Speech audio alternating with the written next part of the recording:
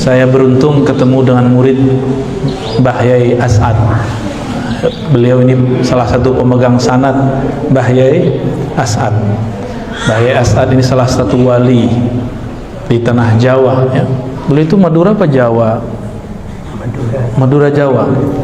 Madura swasta. Ya. Kalau Pak Yai Madura pindah ke Balikpapan. Al-Maduri. Kalau bahasa Arabnya Al-Balikbabani.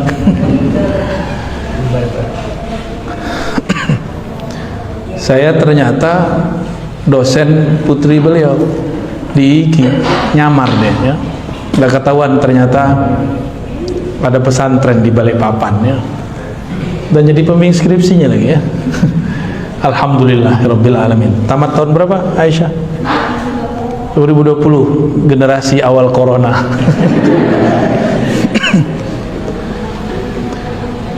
Alhamdulillah kami terhubung juga kepada itu Syekhana Khalil. Masih ada nasab pakai ya? Masih ya?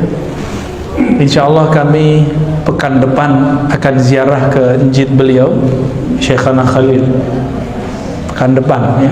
Jadi habis dari sini saya ke Jawa Timur, ke Tuban, ke katanya sih Kampung Wali, terus langsung ke Madura insyaallah. Mohon izin dari zuriat beliau nih ya. Baik.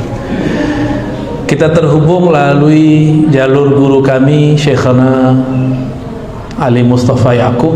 Beliau murid dari Mbah Idris Kamali Al-Cirabani, mantu dari Hadratus Syekh Hasyim Asy'ari. Sebagaimana maklum, Hadratus Syekh Hasyim Asy'ari dulu ngaji bersuluk kepada Al-Wali bila syak bila niza' Syekhana Khalil. Kalimat ini bukan kalimat saya, tapi kalimat dari guru beliau di Mekah, Syekh Muhammad Yasin Al-Fadani. Kata Syekh Muhammad Yasin Al-Fadani, Syekhana Khalil waliullah bila niza'. Waliullah bila niza'. Itu Syekhana Khalil. Berarti Pak Yai keturunan keberapa nih pakai? Ketiga, cicit keempat ya. Alhamdulillah. Ini salah satu kehormatan dari Allah SWT. Syarrafana biliqa'il ulama wa zurriyatih ya, wa zurriyatih. Juga ada jalur-jalur yang lain alhamdulillah ya. Jalur-jalur yang lain yang terhubung kepada Syekhana Khalil. Ternyata Syekhana Khalil ini berguru kepada Syekh Nawawi Al-Bantani. Jadi bolak-balik aja tuh. Dari apa tebu apa namanya? Tebu hitam apa? Saya diketawain orang kalau baca ireng. Karena orang Sumatera sama kayak orang Balikpapan baca e-nya lucu. Coba orang Balikpapan baca ireng. Tuh kan nggak pas kan? Ya nggak pas, nggak sahih. Nggak pas. Beliau ngambil dari orang Bangkalan ngambil dari orang Banten, udah muter aja. Syekh Nawawi Al-Bantani ngambil juga dari orang Banjar, Syekh Muhammad Arsyad Al-Banjari, muter situ. Syekh Muhammad Arsyad muter lagi ngambil dari orang Palembang. Orang Palembang baru ngambil dari ulama Mekah, Madinah, Yaman, Mesir.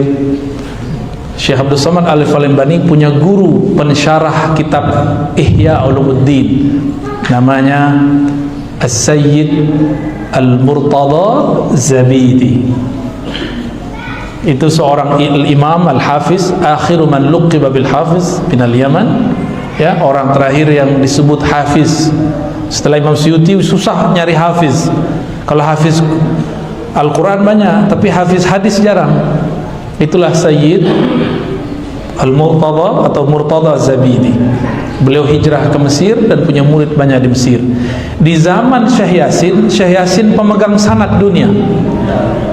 Di zaman Sayyid Murtada Zabidi, beliaulah pemegang sanad di dunia. beliau punya murid namanya Syekh Abdul Somad Al-Falembani. Al-Falembani punya murid Syekh Muhammad Arsyad Banjari, terus kepada muridnya Nawawi Bantani, kepada Syekhana Khalil Al-Bangkalani Al-Manduri. Itu saya baca di kitab Al-Manduri, pakai benar, bukan Maduri. Manduri. Al-Manduri itu yang sahih ya. Wah, ini tasihnya udah pas sudah. Ada artinya nggak pakai? Nama aja ya, isim alam ya. Isim alam. Ini konfirmasi ntar salah sebut ane lagi ya. Al-Manduri. Maka kita meriwayatkan hizib-hizib riwayat beliau juga. Maka pada pagi ini saya pun nanti minta ijazah beliau ya, supaya sah jadi murid keturunan Syekhana Khalil. Mohon izin pakai ya. Nanti pakai pulpen khusus pakai itu. Nanti ada kertas. Ini bukunya Naisdi ini ya. Tapi nanti kertasnya di sini pakai insyaallah. Lau samahtum sayyidi. Ya, nanti aja ya.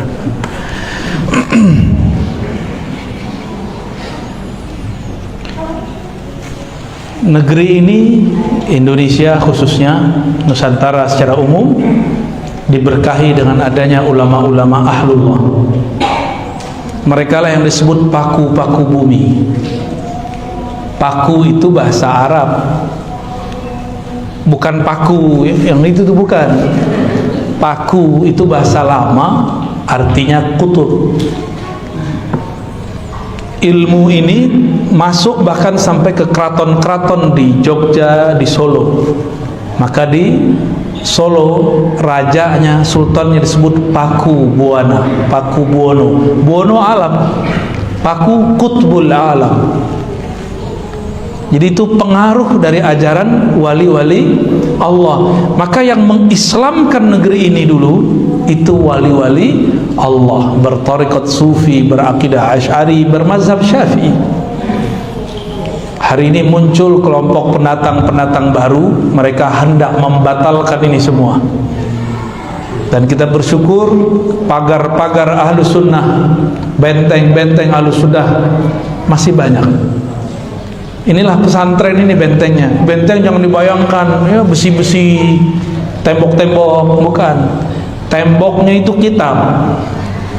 Yang megang kitab itulah panglima-panglimanya. Mereka lah yang memperjuangkan akidah Ahlus Sunnah. Dan saya kaget ternyata Pak Kiai ketua Rais ya, Haji. Ini keberkahan dari Allah Subhanahu wa Ta'ala. Itu keturunannya berat tuh ya. Mikirin, waduh, gelar Pak Kiai besar sekali ya. Gimana cara mikulnya ya. Ini saya baru nyebutkan silsilah ilmu.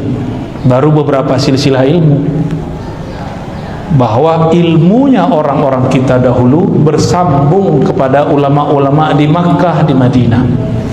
Tadi saya sebut siapa? Syekh Abdul Somad Al-Falembani. Beliau lama di Madinah. Maka nama beliau belakangnya ada Al-Madani, Al-Falembani. Beliau juga lama di Mekah, maka disebut Al-Madani Al-Makki Al-Falembani. Syekhana Khalil juga lama di Mekah, maka beliau sebenarnya berhak dikasih nisbah belakangnya Al-Makki.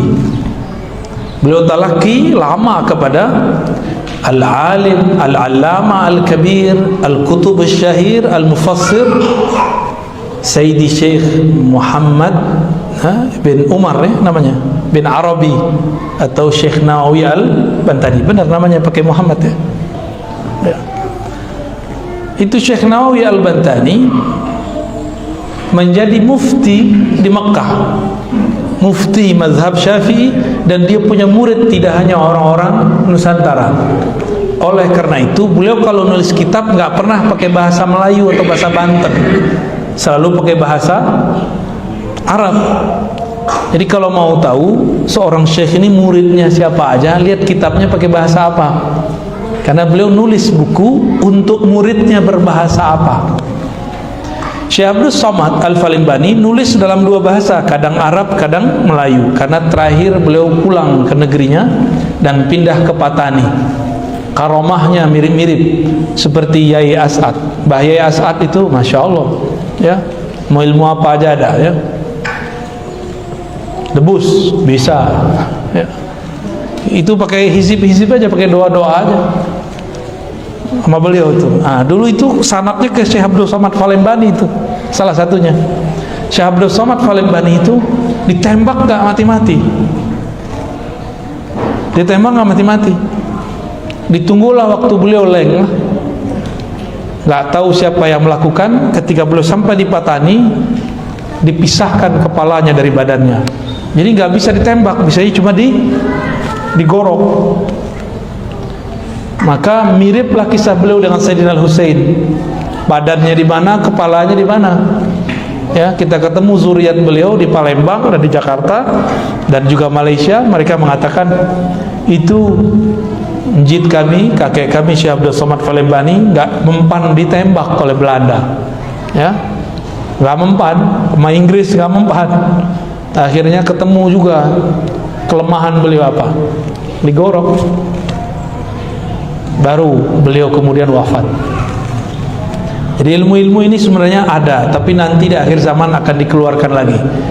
Karena ulama kita tidak menjadikan ilmu tersebut sebagai tujuan, ilmu tersebut cuma penjagaan diri. Nanti di akhir zaman Allah turunkan lagi. Entah ini zamannya, entah tidak, wallahu alam bisawab. Kita siap-siap saja. Hadirin hadirat yang dimuliakan Allah, tadi saya cerita tentang sanad. Ini adalah hal yang krisis sekarang di mana-mana. Sanad silsilah. Hadratus Syekh Hasyim Asy'ari menukil kalam ini di dalam risalahnya. Kalam ini dinukil dari kitab Sahih Muslim. Kenapa?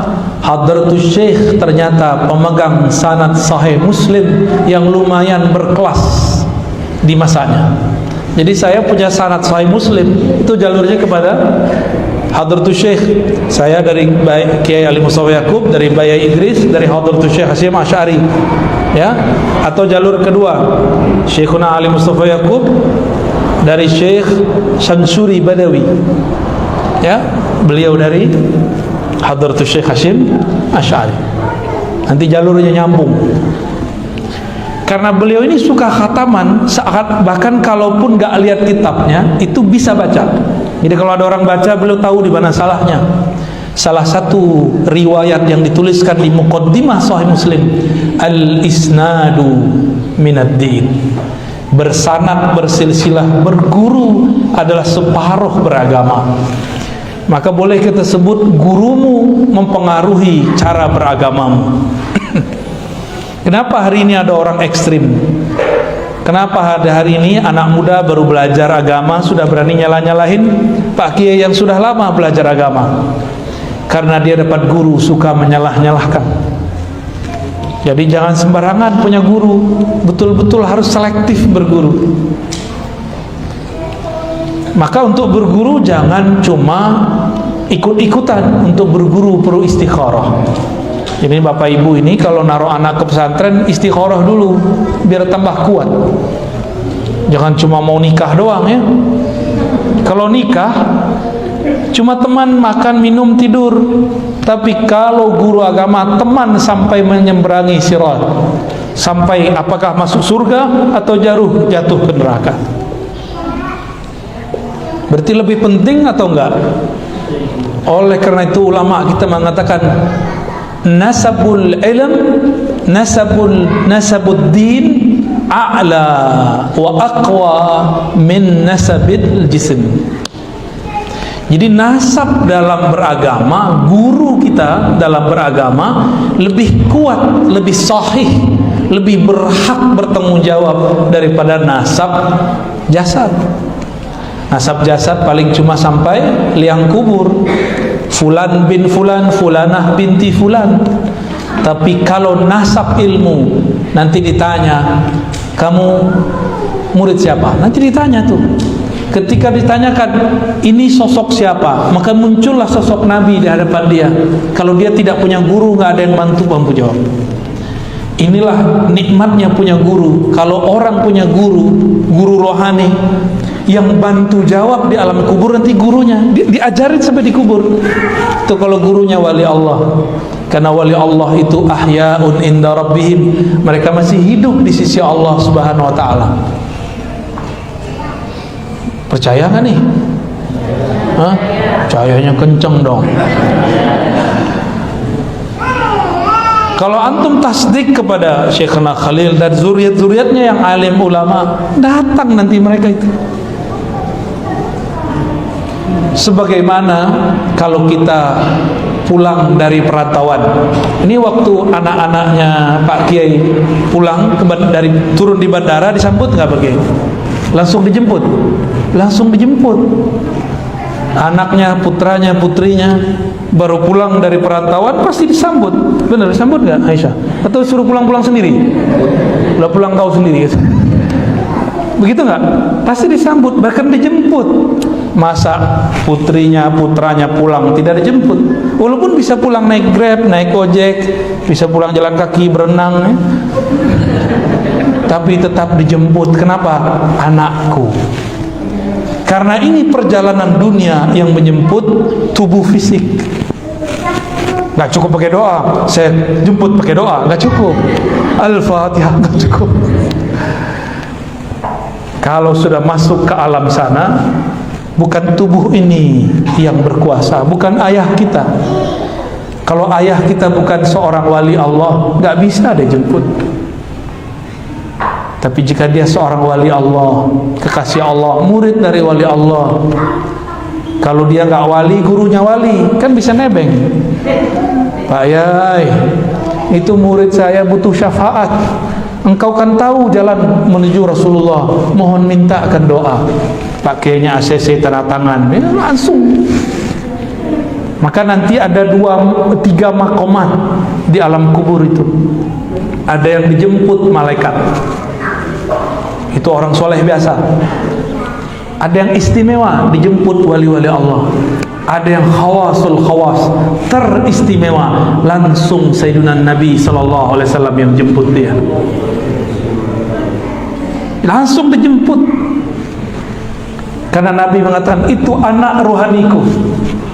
Kita ini, kata para ulama, al-alam. Nah, jadi ulama itu secara rohani mendapatkan kalam dari Nabi. Wali-wali Allah ini, kalau secara ilmu hadis kalam Nabi sudah berhenti, tapi secara rohani Nabi kan masih hidup. Orang yang bisa mengetuk pintu rohani Nabi masih akan mendengarkan Nabi berkalam. Salah satu kalam Nabi ketika para wali-wali ini diizinkan bertemu beliau sallallahu alaihi wasallam, apa? Al-alam minni wa ana minallah. Alam itu semuanya dariku. Jadi Nabi itu tulangnya jadi apa, darahnya jadi apa, kukunya jadi apa, kulitnya jadi apa, rambutnya jadi, begitu isyaratnya. Kolbunya jadi Imam Mahdi, ya, otaknya jadi ulama intelektual, ahli fikih, ahli kalam, darahnya jadi syuhada. Jadi kenapa orang-orang ada yang jadi syahid? Dia kecipratan nur darahnya Nabi sallallahu alaihi wasallam. Setan yang mana? Setan kan alam juga. Nah, setan itu bayang-bayang Nabi. Bayang-bayang gelap nggak? Nah itu. Maka Nabi juga penyayang sebenarnya sama setan. Nabi kasihan sama setan itu. Kan gimana-gimana masih dari beliau kan? Ya, tapi setannya nggak tahu diri soalnya. Ya. Ente yang mana dok?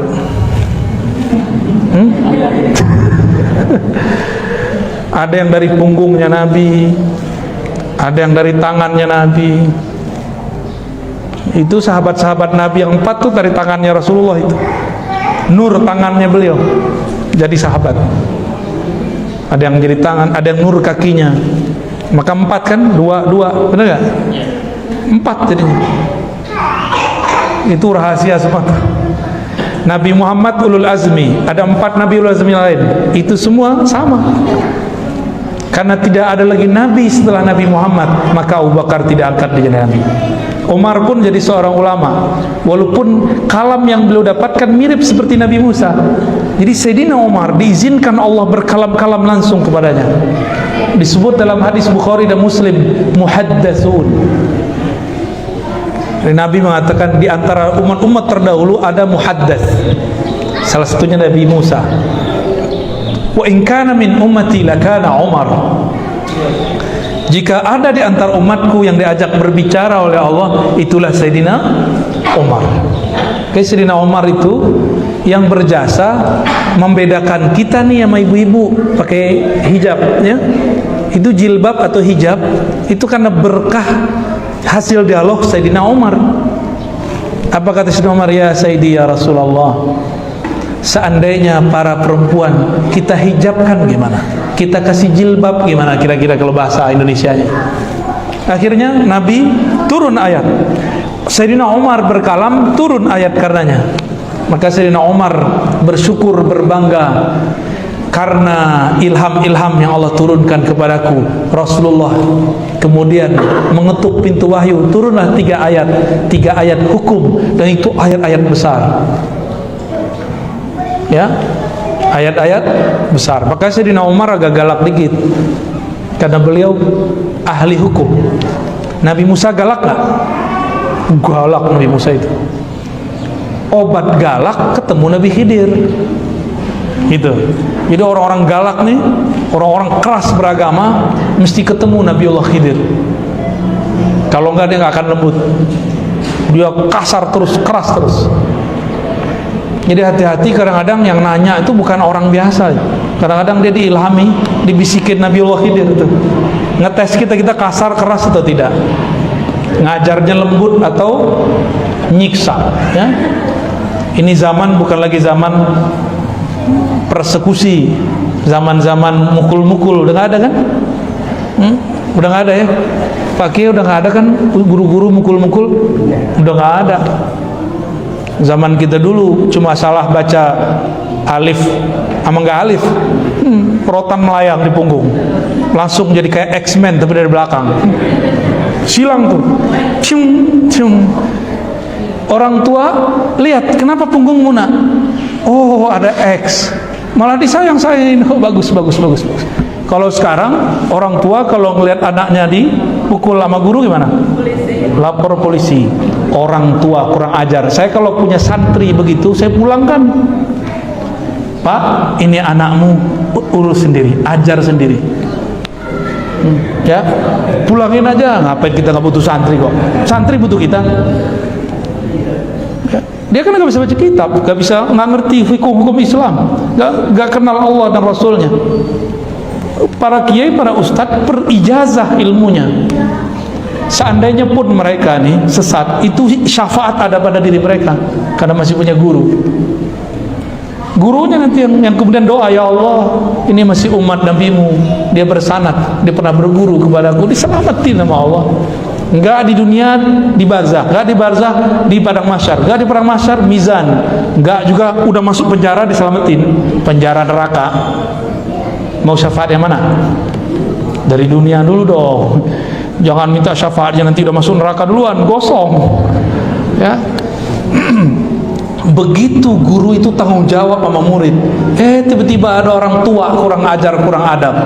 Maka saya sarankan nanti ada majelis kajian khusus untuk orang tua. Pengajian khusus untuk orang tua. Harus ada, ya. Supaya diajarin nih adab kepada kiai. Adab naruh anak di pesantren. Dulu kita belajar ngaji aja alif bata, ayah saya nganterin. Abuya, ini anak saya, tolong dididik.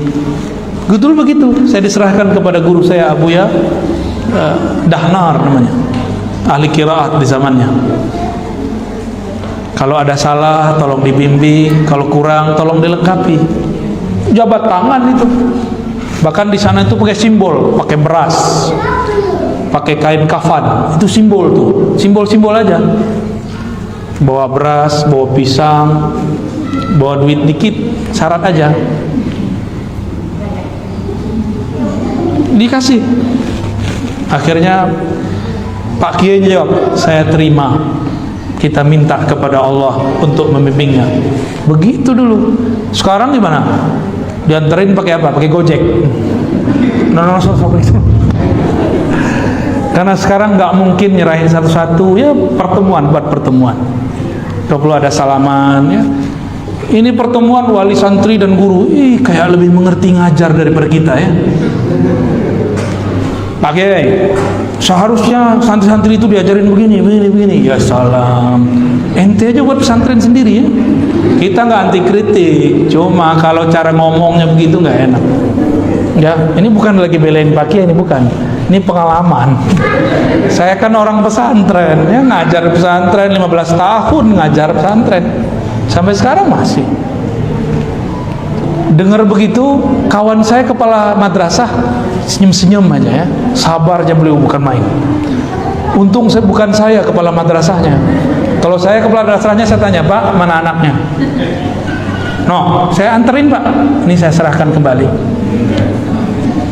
Sok tahu, sok pinter. Kalau begitu ajar sendiri anaknya. Tapi zaman sudah berubah pakai, kita nggak bisa begitu lagi. Cuma makanya saya nggak mau jadi kepala madrasah. Kita ngajar-ngajar aja ya. Takut makan hati. Cukuplah kita makan hati sama istri kita ya. Baik. Jadi Syekhana Hadratus Syekh Hashim Asy'ari nukil itu di kitab risalahnya Al-Isnad Minad-Din. Dan benarlah, gurumu mempengaruhi cara beragamamu. Gurunya galak, muridnya galak. Gurunya suka bentak-bentak, muridnya suka bentak-bentak. Gurunya suka laknat, muridnya suka laknat. Gurunya berpolitik, muridnya berpolitik. Gurunya wali, muridnya wali. Gurunya ahli fikih, muridnya ahli fikih. Gurunya pendakwah, muridnya juga pendakwah. Gurunya ahli hadis, muridnya ahli hadis. Mungkin nggak gurunya ahli hadis, muridnya jadi ahli kebatinan, benar nggak? Nggak mungkin, ya. Oleh karena itu Imamuna Sya'rani, Abdul Wahab Sya'rani nulis di kitab beliau. Ada beberapa kitab beliau yang besar dan kecil, hampir semuanya sama. Al-Minan, ada Qawaid Tasawuf, ada macam-macam. Ada Thariqah Matbuliyah. Beliau mengatakan Al-Wali Ibnul Wali. Wali itu pasti gurunya wali. Namun wali Allah ini kan cahaya. Cahaya kalau terlalu dekat silau. Akhirnya orang terdekat tidak tahu, santrinya nggak paham. Karena si kiai sifatnya masih seperti manusia, sakit kayak manusia, lapar kayak manusia, marah kayak manusia, tidur kayak manusia, bersyahwat seperti manusia. Kata orang sekitarnya, anak istrinya, santri-santrinya, tetangganya, ini bukan wali. Wali itu di tengah hutan. Emang wali tengah hutan? Itu namanya wali al-hutani. Orang hutan namanya itu. Mukanya berbulu-bulu, bukan berjenggot ya. Berbulu, namanya orang hutan. Gambaran orang awam, wali itu mesti di tengah hutan. Enggak. Wali itu yang kenal Allah, mau di tengah hutan, mau di tengah kota, di dalam gang, sama. Statusnya sama. Wali-wali Allah. Gimana? Sudah berguru belum? Nggak nyadar selama ini berguru sama beliau ya?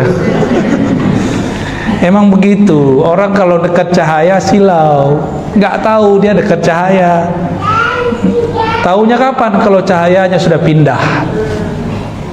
Udah pindah alam, baru sadar. Bapakku wali. Guruku wali. Tetanggaku wali. Baru sadar.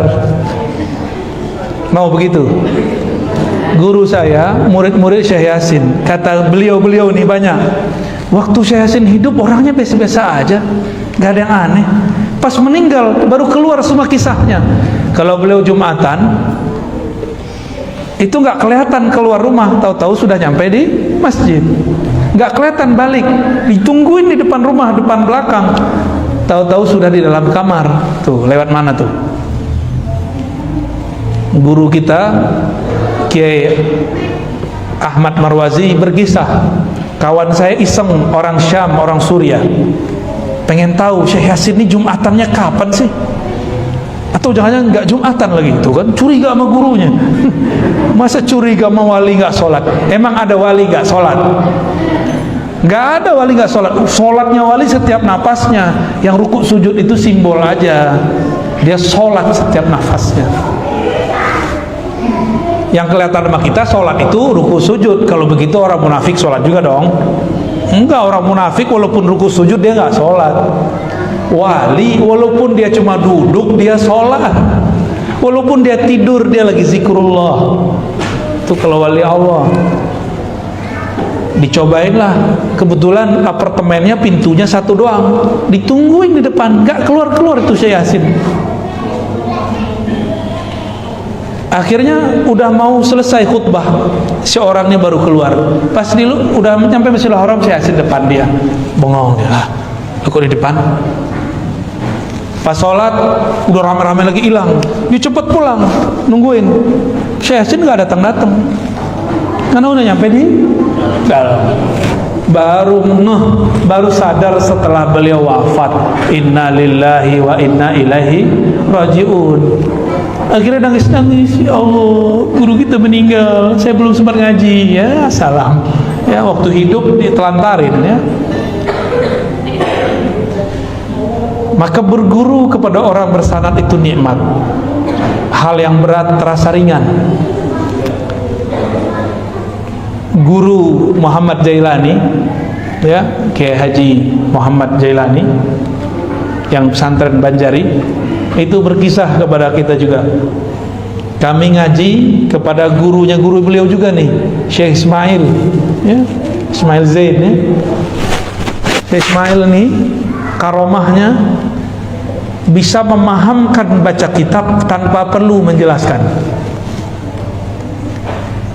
Kiai Muhammad Jailani mengisahkan bahwa ada beberapa murid nggak ngerti baca kitab, terus bawa kitab ke beliau. Apa kata beliau? Syekh Ismail Zain, dah ikra, baca yang tadi dia berhari-hari nggak paham, baca doang paham depan Syekh Ismail Zain. Jadi cukup mandang beliau langsung kebuka ilmunya. Itu karomah. Jadi karomah itu nggak mesti jalan di atas air. Karomah yang tertinggi itu orang jahil jadi alim, orang otaknya gelap jadi bercahaya. Itu yang disebut karomah tertinggi. Karena Allah mengatakan, yarfa'illahu alladhina amanu minkum walladhina utul ilma darajat. Orang beriman, orang yang diberi ilmu, diberikan darajat. Darajat itulah karomah hakiki. Jadi karomah hakiki bukanlah bisa kebal, itu biasa. Guru beliau Mbah Yai As'ad Situbondo, kalau kebal apa segala macam itu cuma mainan. Ilmu beliau aslinya bukan itu. Aslinya beliau ilmu ma'rifatullah. Karena kenal kepada yang maha sakti, maka wirid apa aja jadi sakti. Tapi kalau belum kenal sama yang maha sakti, puasa 3 tahun juga nggak sakti-sakti. Pilih mana? Hah? Kenal yang maha sakti atau jadi orang sakti? Kenal aja ya. Nah itulah beliau Maulana Syekh As'ad. Nama lengkap beliau As'ad apa pakai? As'ad Syamsul Arifin. Udah sesuai namanya, Syamsul Arifin, pelita ahli ma'rifat. Orang taunya kan beliau pelita orang-orang sakti. Itu hijab namanya. Jadi wali itu nutupin kewaliannya dengan macam-macam. Ada yang nutupinnya dengan kesaktian, ada yang nutupinnya dengan kelemahan. Sehingga orang mengira, masa saya wali? Orang aja sakit-sakitan. Guru saya Abu Ya Hasan Basri, setiap kami datang sakit. Setiap kami datang sakit. Sampai orang menyatakan, kita ini belajar debus sakti semua. Ini guru kita ini batuk aja nggak bisa ngobatin. Gitu. Itu banyak yang belot. Itu yang belot dulu, sekarang nggak beres zikirnya. Serius, wallahi. Yang dulu mengatakan, Buya Hasan Basri terhijab. Hijabnya apa? Baca kitab tuh. Kurang ajar nggak? Murid ngomong, guruku terhijab karena baca kitab. Saya dengar langsung itu, bukan 1-2 murid, banyak murid. Waktu itu saya masih kecil, umur 12-13 tahun. Umur saya 15 beliau wafat. Jadi cuma ngaji 3 tahun sama beliau. Apa kata salah satu kawan saya, Abuya Hasan Basri, guru kita tuh, dia ngomong guru kita nggak lebih sakti daripada guru yang ini. Kewaliannya terhijab, dia orang terhijab oleh baca kitabnya. Banyak sekali yang ngomong begitu. Hadirin hadirat maka Allah, kapan ilmu menghijab? Kapan zikir menghijab? Kalau ilmu dan zikir membuat dia merasa dirinya sesuatu. Contoh nih, saya habis ngaji dapat sanad dari Pak Kiai, terus saya bilang, sanad saya lebih tinggi dari ente. Itu jadi hijab langsung tuh. Saya merasa saya doktor, itu jadi hijab. Saya merasa saya dapat ijazah ini, ijazah itu, bisa baca kitab ini, hafal kitab ini, itu jadi hijab. Merasanya itu yang jadi hijab. Ilmunya bukan hijab. Ilmu itu adalah hijab paling tipis antara kita dan Allah. Kenapa? Al-ilmu sifatun min sifatillah. Benar. Ilmu itu adalah salah satu sifat Allah. Siapa orang yang berilmu, jarak dia dan Allah cuma al-ilmu, satu hijab doang. Tapi dalam ilmu itu ada lagi lapisan hijab 70.000. Namanya hijab cahaya. Jadi satu bab hijab itu ada tirai-tirai penghalang. Ini yang membuat kemudian orang nggak ketemu-ketemu. Itulah juga yang membuat murid-murid nggak sadar gurunya adalah seorang kekasih Allah. Itu juga yang membuat seorang anak, seorang istri, seorang saudara, tetangga nggak sadar kalau orang-orang yang dia dekati, guru-gurunya itu adalah kekasih-kasih Allah. Bahkan kadang-kadang si kiainya nggak sadar kalau dia kekasih Allah. Maka wali ini ada 3. Ada wali am, wali umum. Itu semua orang beriman wali umum. Ada yang kedua, wali khawas, wali yang spesial. Ini orang-orang yang sudah mulai diberikan ilmu mengenai nama-nama Allah, sudah diberikan ilmu mengenai perbuatan af'al Allah, sudah mulai diberikan ilmu mengenai sifat-sifat Allah. Ini khawas. Wali yang ini dia sadar kalau dia wali. Dia dikasih tahu sama Allah atau dikasih tahu oleh Rasulullah. Karena yang angkat wali siapa? Kalau yang wali kota ngangkat siapa? DPR. Wali kota diangkat nggak? Diangkat. Masa wali alam nggak diangkat? Kalau nggak diangkat namanya wali PA. Wali kelas saja ada suratnya. Benar, ada wali kelas di sini? Ya. Ada suratnya kan? Ada rapatnya, ada penunjukan. Kamu jadi wali kelas ya, minimal begitu. Benar nggak? Apalagi jadi wali Allah, pasti diangkat. Cuma ada yang nggak sadar kalau dia diangkat, berarti dia wali biasa. Berdebatlah 2 imam. Satu Ibnu Furak. Ibnu Furak ini murid dari Al-Bahili. Bahili berguru kepada Imam Abul Hasan Al-Ash'ari. Berarti cucu murid. Kata Ibnu Furak, al-wali la ya'rif annahu wali. Wali itu gak sadar kalau dia seorang wali. Kawan dia namanya Abul Qasim Al-Kushairi yang juga berguru, jadi kawan berguru. Tapi makomnya karena dia bertasawuf lebih tinggi daripada Ibnu Furak. Abul Qasim Al-Kushairi, pengarang Ar-Risalah Kushairiyah, mengatakan, la ya sayyidi, al-wali ya'rif bi annahu al-wali. Kekasih Allah, wali Allah sadar kalau dia seorang wali. Dia dikasih tahu oleh Sang Maha Wali, Allah Subhanahu wa ta'ala. Dua orang ini dua-duanya benar. Ibnu Furak lagi ngomong wali am, Imam Kushairi lagi ngomong wali khas. Ada wali khawasul khawas, ilmunya sudah sampai kepada ujung sifat Allah yang tak terbatas itu dan masuk kepada babnya, bab tentang ma'rifatu zatillah. Ya, nah, itu di akhir zaman banyak tuh nanti. Kalau dulu-dulu yang terkenal kan Syekh Abdul Qadir Jilani, Imam Sayyid Ahmad Ar-Rifai, Muhammad bin Abdul Karim Sammani. Ya, itu yang dulu-dulu. Abu Yazid Al-Bustami, Junaid Al-Baghdadi, Al-Hallaj Ash-Shibli, qaddasallahu asrarahum. Itu wali-wali Allah zaman dulu, ya. Pertanyaannya, bagaimana caranya jadi wali? Mau nggak jadi wali? Ya, ini hasil diskusi dengan wali-wali, ya. Wali murid, wali kota, wali murid. Nah, kita turunin dikit deh. Wali murid, wali kelas, wali kelas. Wali kelas mungkin nggak orang nggak sekolah. Berarti dia jadi wali kelas karena dia punya ilmu, benar?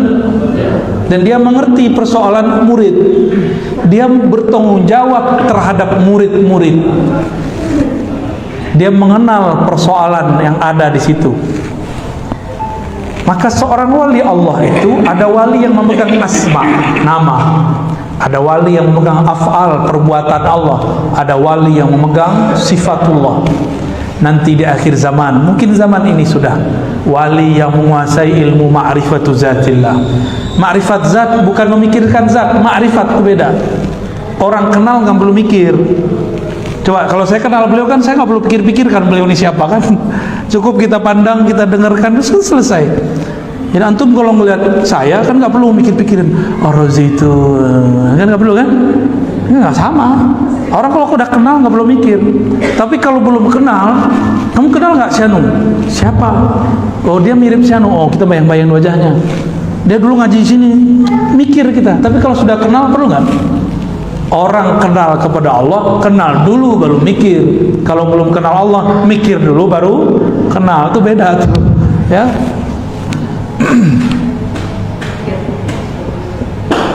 Cara menjadi kekasih Allah sangat mudah. Fa'lam annahu la ilaha illallah wastaghfir li dhanbik, sampai akhir hadis, sampai akhir ayat surat Muhammad ayat 19. Maka fa'lam, al-ilmu dalam bahasa Arab itu al-idrak at-tam, la yadkhuluhu syak wala raib. Maka berilmulah engkau, ilmuilah mengenai la ilaha illallah. Apa itu ilmu dalam bahasa Arab? Al-ilmu itu idrak at-tam, pengetahuan yang cukup mengenai apa? Mengenai la ilaha illallah tanpa ada syak. Jadi pintu jadi wali Allah masuknya lewat la ilaha.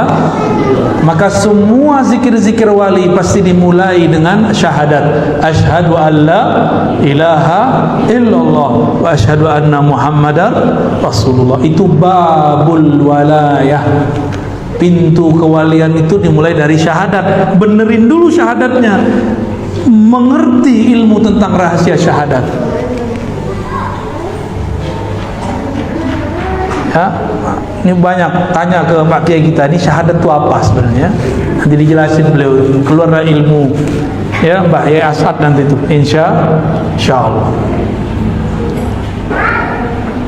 Ada beberapa ulama itu kalau nggak ditanya nggak jawab, diem aja ya. Banyak. Ada ulama yang dia maksa muridnya, sini kamu. Enak tuh jadi murid begitu, dipaksa jadi wali ya. Tapi kalau yang diem berarti ada mutiara yang sedang dia sembunyikan. Yang mutiara itu nggak mungkin dia obral. Ini yang dia rahasia-rahasiain terus nih. Bapak Ibu, sahabat-sahabat, ya, Ustadz, asatizah. Jadi kunci jadi wali yang pertama fa'lam, ilmuilah hakikat la ilaha illallah. Bukan hanya teori kalam, tapi juga zauqi, secara zauq qalbu dan rohani. Maka kalau beruntung cari guru mursyid, ambil talqin kepada beliau, ya.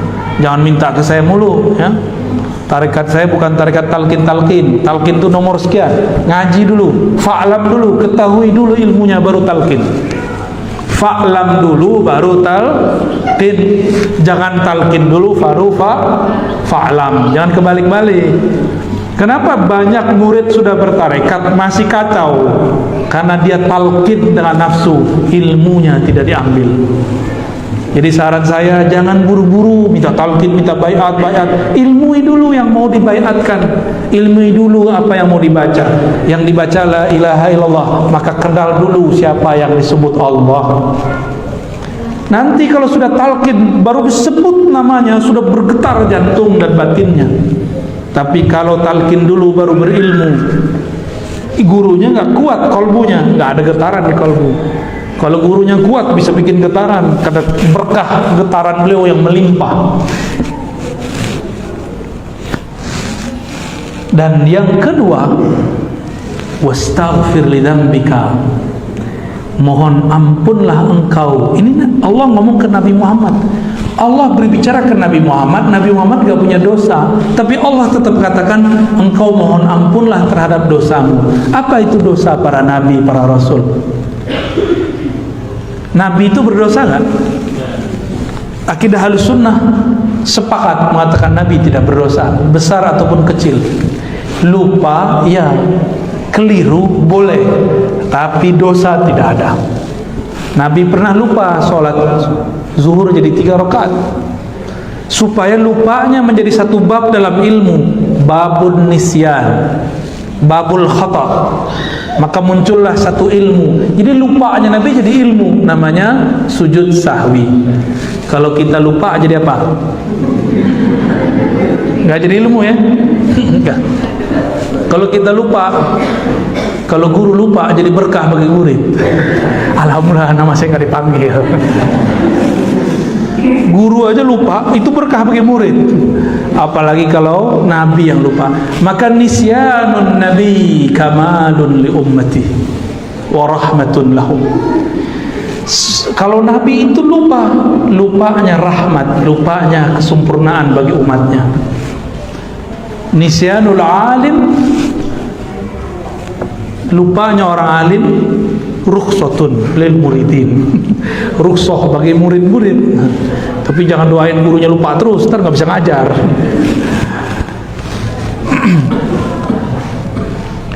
Jadi mau jadi wali itu kan pewaris Nabi, maka ilmunya harus warisan Nabi. Pertama ilmu ilah, yang kedua hendaklah engkau merasa berdosa.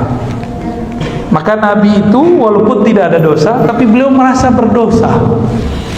Nah, kita ini banyak dosa tapi merasa tak berdosa. Coba aja lihat di sekolah, di pesantren terjadi pergesekan.